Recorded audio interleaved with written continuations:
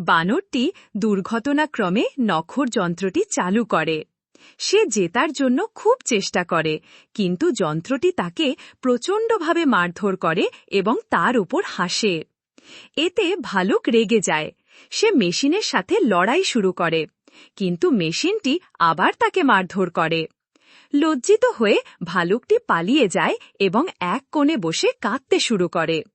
তারপর Mowgli মেশিনটিকে challenge করে। সে প্রায় জিততে যাচ্ছিল, কিন্তু শেষ পর্যন্ত সে হেরে যায়। এতে সে অনেক রেগে যায়। তাই মেশিনের প্রতিশোধ নেওয়ার জন্য সে ২৪ ঘন্টা প্রশিক্ষণ শুরু করে।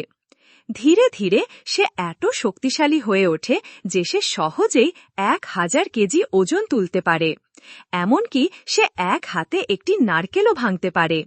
কিন্তু যখন সে মেশিনের কাছে ফিরে যায় এবং মেশিনে হাত রাখে, তখন সে বুঝতে পারে যে সে ভুল হাতকে প্রশিক্ষণ দিয়েছে।